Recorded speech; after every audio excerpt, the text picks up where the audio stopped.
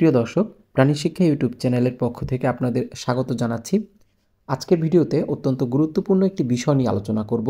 তা হচ্ছে কুকুর অথবা বিড়াল আপনাকে কামড় দিলে বা আঁচড় দিলে আপনার প্রাথমিকভাবে কি কি বিষয় করণীয় রয়েছে সেগুলো সম্পর্কে। তবে চলুন আজকের ভিডিওটি শুরু করা যাক।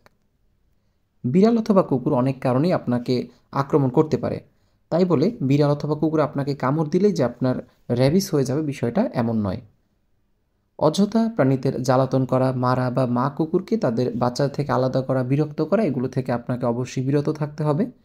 যদি কোনো কারণেই দুর্ঘটনাবশত বিড়াল অথবা কুকুর আপনাকে কামড় দিয়ে থাকে অথবা আঁচড় দিয়ে থাকে, সেক্ষেত্রে আপনার কী করণীয় সে সম্পর্কে এখন বিস্তারিত আলোচনা করব। প্রথমেই কামড় দেওয়া স্থানটি একটি পরিষ্কার কাপড় দিয়ে ভালোভাবে শক্ত করে চেপে ধরতে হবে, এতে করে রক্ত পড়া অনেকটা অংশেই বন্ধ হয়ে যাবে। তারপর ভালোভাবে আক্রান্ত স্থানে সাবান দিয়ে জায়গাটা ধুতে হবে। অন্তত 15 মিনিট পানি ঢালতে হবে, এতে করে র্যাবিসের জীবাণু থাকলে সেটা অনেকটাই কমে যাবে।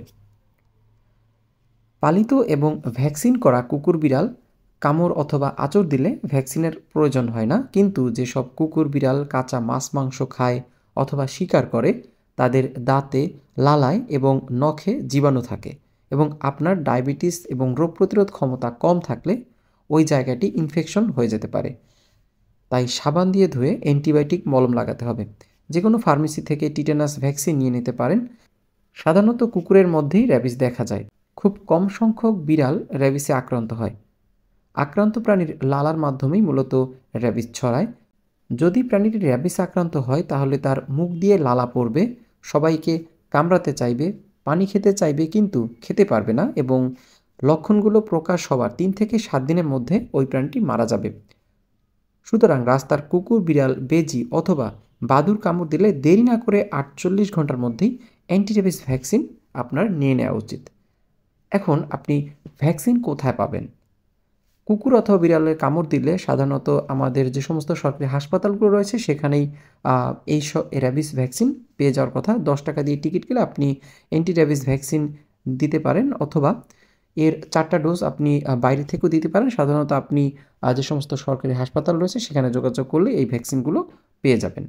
এর মেয়াদ সাধারণত 5 বছর পর্যন্ত হয়ে থাকে। আরেকটি ইনজেকশন দিতে হবে আক্রান্ত স্থানে, এটা ফার্মেসি থেকে আপনি দিতে পারেন। কুকুর বিড়ালের আপনি কিভাবে ভ্যাকসিন করবেন? র্যাবিসে আক্রান্ত পশুর কামড়ে আরেকটি পশু অথবা মানুষ আক্রান্ত হতে পারে, সুতরাং র্যাবিসে আক্রান্ত হওয়ার আগেই আপনার পোষা প্রাণীকে র্যাবিস ভ্যাকসিন দিতে হবে। এর মূল্য 500 টাকা থেকে কিছু বেশি হতে পারে। যে কোনো ভেটেরিনারি ডক্টরের কাছে এই ভ্যাকসিন আপনি পেয়ে যাবেন।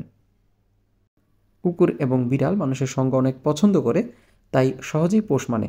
এরা সহজে মানুষকে ক্ষতি করে না, কিন্তু নিজেকে বাঁচানোর জন্য অনেক সময় কামড় বা আঁচড় দিয়ে বসে। তাই এদের মেরে ফেলাই সমাধান নয়। পোষা প্রাণীর সাথে সাথে রাস্তার কুকুর বিড়ালকেও ভ্যাকসিন করান এবং নিজেও নিরাপদ থাকুন। ধন্যবাদ সবাইকে। ভিডিওটি অবশ্যই শেয়ার করবেন এবং আমার চ্যানেলটি সাবস্ক্রাইব করবেন।